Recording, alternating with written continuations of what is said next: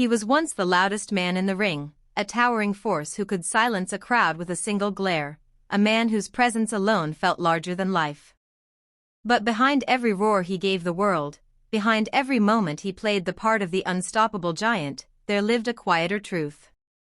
George Tyrus Murdoch, for all the strength and swagger people saw, carried a loneliness he almost never spoke about.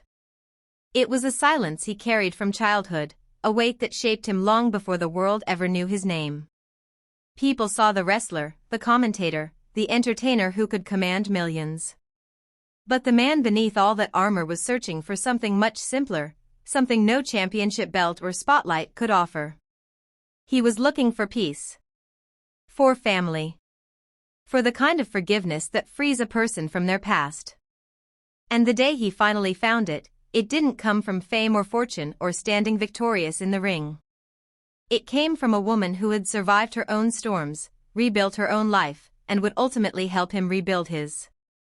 Long before Fox News, before the WWE crowds, before he ever stepped onto a televised stage, Tyrus was just George Timothy Murdoch, born on February 21, 1973, in Boston, Massachusetts.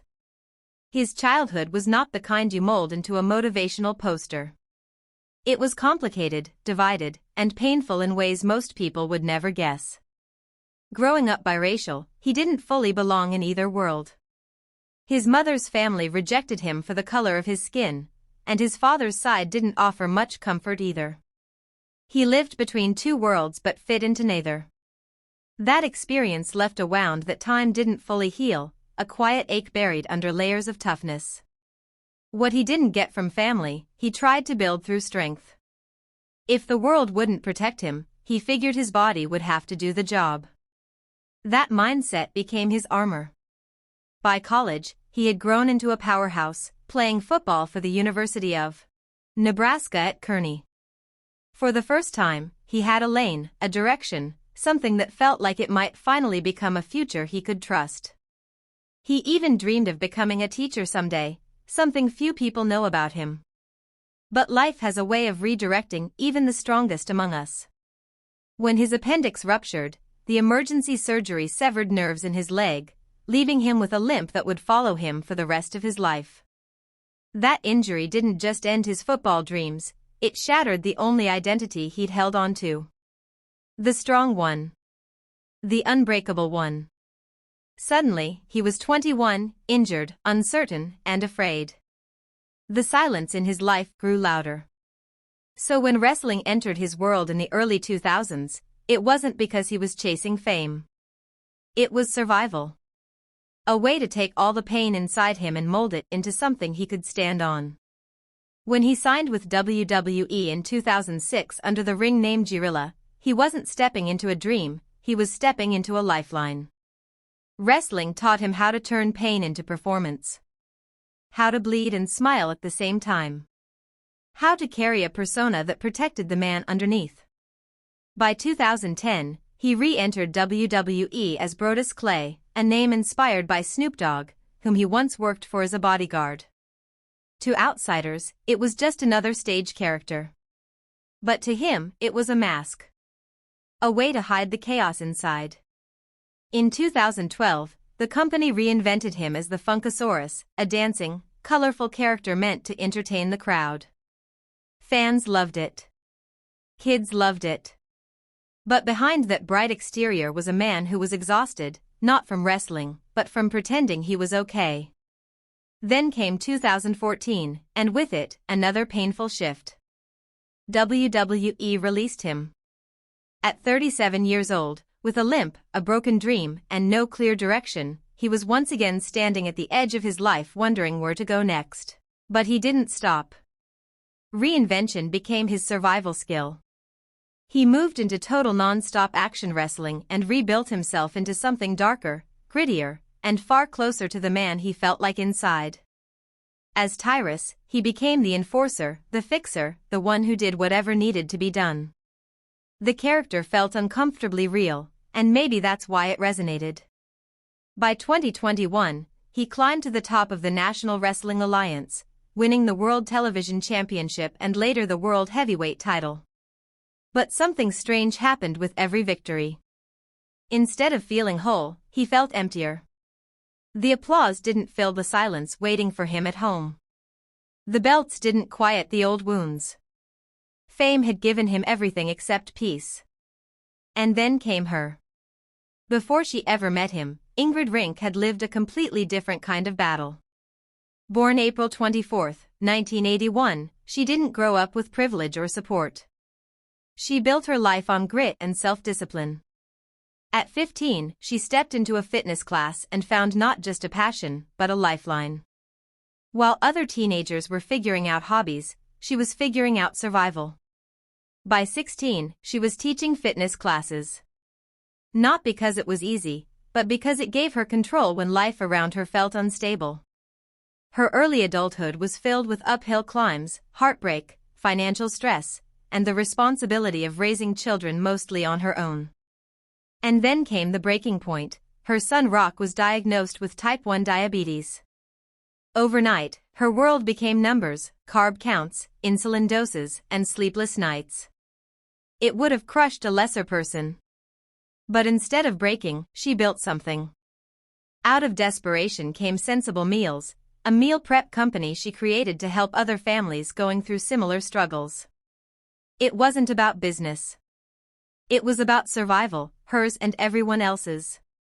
In the process, she lost 150 pounds and rebuilt her own body, her confidence, and her identity. She became proof that a woman could fall apart, rebuild herself from the ground up, and come back stronger. But even with all her achievements, she carried her own quiet longing to be seen, to be loved, to be understood.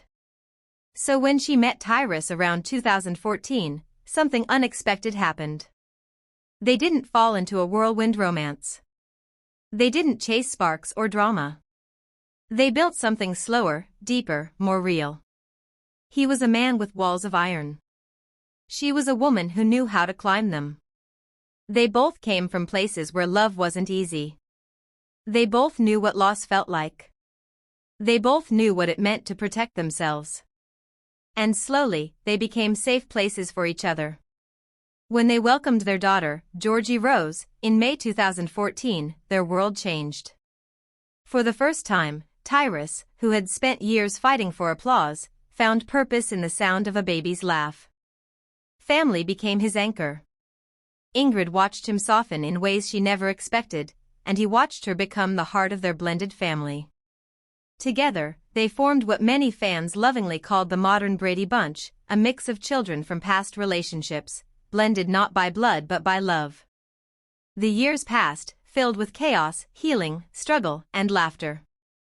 And then came 2020, the year the world stopped. For Tyrus, it was the first time he had been forced to slow down. Away from arenas, away from cameras, away from the noise, he realized something he had been avoiding. He didn't want to face life without her.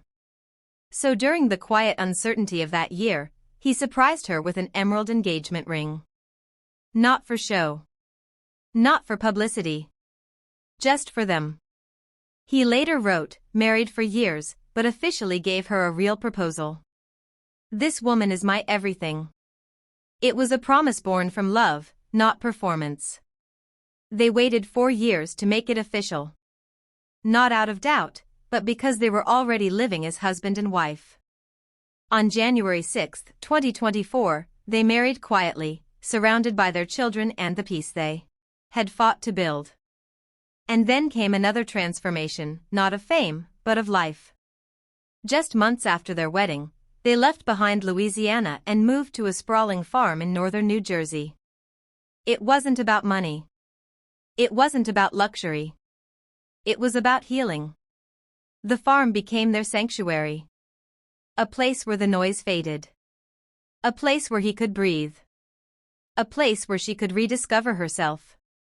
Ingrid wanted to rebrand her fitness business and let go of the rink name she carried from a past she had outgrown. "I don't ever want to be attached to a rink again," she said. It wasn't bitterness. It was evolution. Their farm grew into something beautiful and chaotic: snakes, turtles, lizards, chameleons, exotic fish. what Tyrus jokingly called the Tyrus-Zilla Zoo. Ingrid was the quiet force that kept it all running. She created schedules, assigned chores, even piped in rain sounds to help the animals breed. And somewhere between the madness and the routines, they found peace. Their daughter Georgie began riding horses competitively, her horse Roosevelt, Teddy for short, becoming her pride and joy. Tyrus, once the fierce fighter, now spent weekends cheering from the stands, watching his little girl chase dreams under open skies. The spotlight didn't define him anymore. Family did. But before these peaceful days, they survived a storm that would have broken many. In 2019, during the height of Tyrus's success on Fox News, he faced public accusations from former co-host Britt McHenry. Headlines turned vicious overnight. The lawsuit, the investigation, the public scrutiny, it touched every part of their lives. Ingrid later wrote about how traumatic that year was, saying the pain was too much to share publicly. But she also said something powerful, that her husband became an even stronger leader for their family. Behind the scenes were therapy sessions, emotional breakdowns, and difficult conversations no one else would ever see. They protected their children.